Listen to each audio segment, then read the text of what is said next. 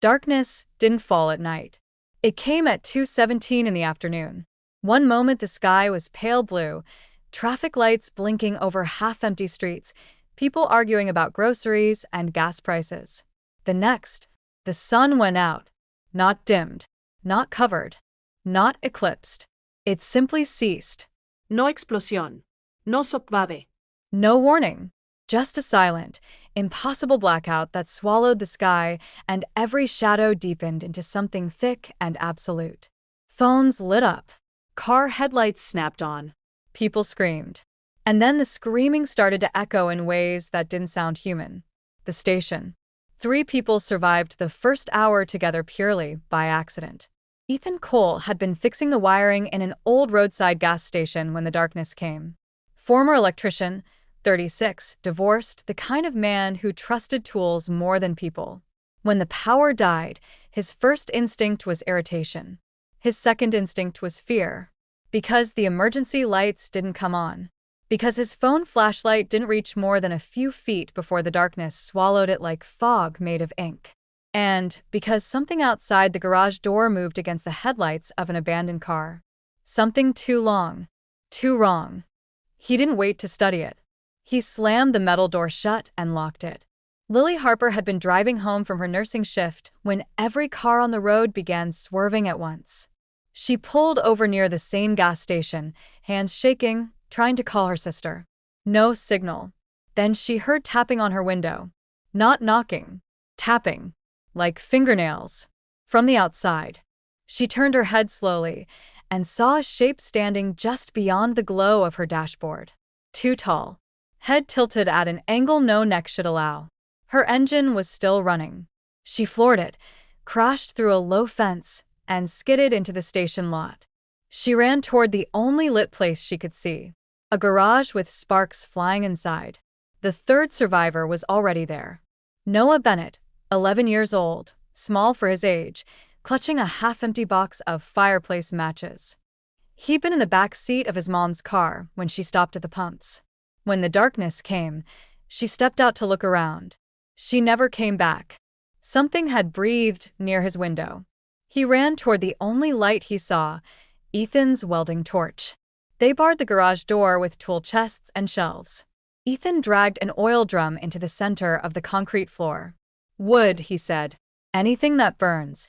They tore apart pallets, cardboard boxes, broom handles. Ethan lit the first real fire using Noah's matches and a rag soaked in gasoline. The flame bloomed upward. And for the first time since the sky died, the darkness pulled back. Not far, but enough. The sounds outside. They heard them that first night. Scraping. Dragging. Wet, uneven breathing that circled the building. Once, something ran full speed into the metal door. The entire structure rang like a bell. Lily screamed. Noah dropped the matches. Ethan threw a broken chair into the drum, flames roaring higher. The noise outside stopped instantly. Not faded. Stopped. Like a switch had been flipped. They waited for hours after that, feeding the fire piece by piece. Okay, Lily whispered eventually. Okay. So, they don't like light.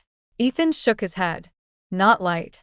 He held up his phone flashlight and aimed it at the door crack. The beam pierced the dark, and something shifted outside, but didn't retreat. Then he picked up a burning plank and held it near the gap. The reaction was immediate. A shriek, high and warbling, like metal bending underwater. Rapid retreating skratkes. They don't like fire, he said. What the world became. By the second day, they understood the rules. Electric lights flickered weakly, swallowed fast. Flashlights worked, but only gave a few feet of safety. Fire, though? Fire carved out real space. Where flames moved, the darkness hesitated. Where embers glowed, shapes lingered at the edges, but didn't cross. The creatures, because that's what they were, moved like broken marionettes. Limbs too long. Joints bending sideways. Skin pale and tight like wax pulled over wire. They never stepped into flame. But they waited. Always waiting for it to die. The supply run. By day 3, the station was running out of fuel for the fire. Wood gone. Furniture gone. Shelves gone. Only plastic and metal left. We need more, Ethan said. Outside, Lily asked.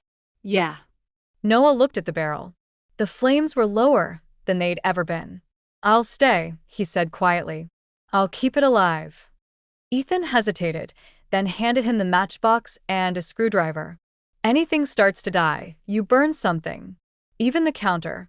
Even the door. Noah nodded like a soldier.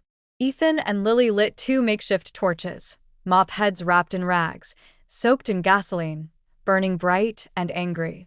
They opened the side door. The darkness pressed close, like a physical thing. Shapes moved immediately. Dozens. But the fire